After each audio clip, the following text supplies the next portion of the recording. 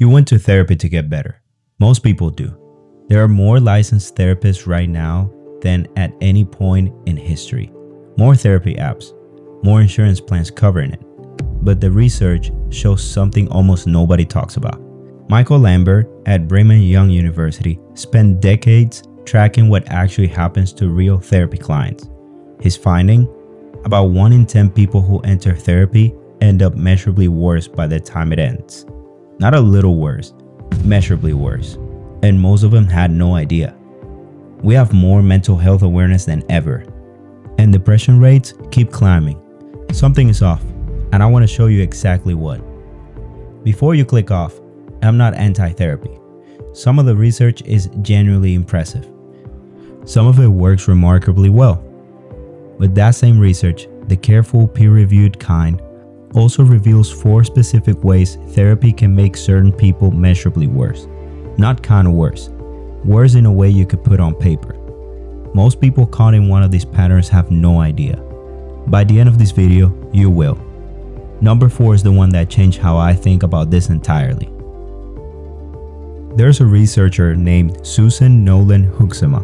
She spent her career first at the University of Michigan and then at Yale, studying one specific thing. She called it rumination, the act of turning a painful thought over and over in your mind. What she found should have changed how we practice therapy. In a lot of places, it didn't. When you talk about something painful, when you really talk about it, loop through it, analyze it, your brain activates the same neural circuits as when you were living through it. You're not processing the memory, you're rerunning it. There's a difference. A related body of research introduced a concept called co-rumination.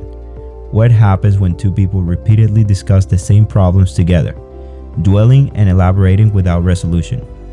Each person validates the other's pain. Each amplifies it back. Anxiety and depression don't go down. They go up, in both people. That research, by Amanda Rose at the University of Missouri, looked at adolescent friendships, rather than formal therapy. But the mechanism is the same. Talking without direction, without structure, without somewhere to go, keeps the brain stuck in the same painful circuits. It doesn't matter whether you're doing it with a friend or in a therapy room. This is nobody's fault. It's a design problem. A session without direction isn't healing. It's a weekly rehearsal of pain. But the rumination trap is just the beginning. Reason 2 is more subtle, and in some ways, more dangerous.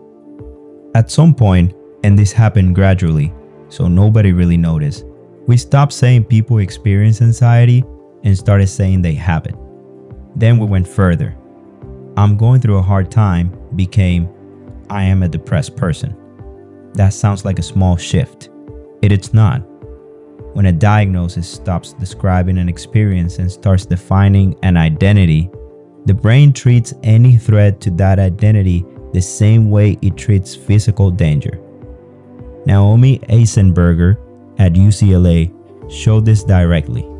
Social and identity threats activate the same neural pain circuits as physical injury. Same defensive response, same resistance. Your brain fights to preserve who it thinks you are. Think about what that means in a therapy room. If your diagnosis is your identity, if being anxious is who you are and not what you're feeling, then your brain will actively resist getting better. Because getting better will mean losing part of yourself. The DSM, the manual virtually every therapist uses, was designed to categorize states, not people. But somewhere along the way we started using it to hand out permanent identities to people who were going through temporary things. Recovery requires shedding who you think you are. So what happens when you do manage to understand your own patterns? When the insight is real and hard-won? You think that's the turning point. Sometimes it is. Sometimes it's trap number 3. Here's something that happens constantly in therapy, and almost nobody talks about it. You understand exactly why you self-sabotage. You can trace it back to a specific moment. You can name the pattern while you're doing it, and you still do it. Why? Because understanding lives in the thinking brain the part neuroscientists call the prefrontal cortex. Behavior lives somewhere else, the habit brain, the older, automatic part that doesn't use language. And here's the catch. These two parts of your brain don't talk to each other on their own. Knowing something does not change it. A series of meta-analysis by Nikolaos Kazantzis at Monash University compared the same therapist with and without one specific variable: homework, real-world tasks assigned between sessions. The therapist with homework produced significantly larger improvements, not slightly larger, measurably, consistently, across dozens of studies. In statistics terms, that's a medium to large effect, the kind that holds up under replication. The insight was the same. The difference was what happened outside the room. Insight is not the destination, it's the starting line, which brings us to the last one, maybe the most uncomfortable. Here's something the therapy industry doesn't like to say out loud. The billing model has no built-in incentive to resolve. This isn't a conspiracy theory. It's a structural observation about how fee-for-service billing works in any industry.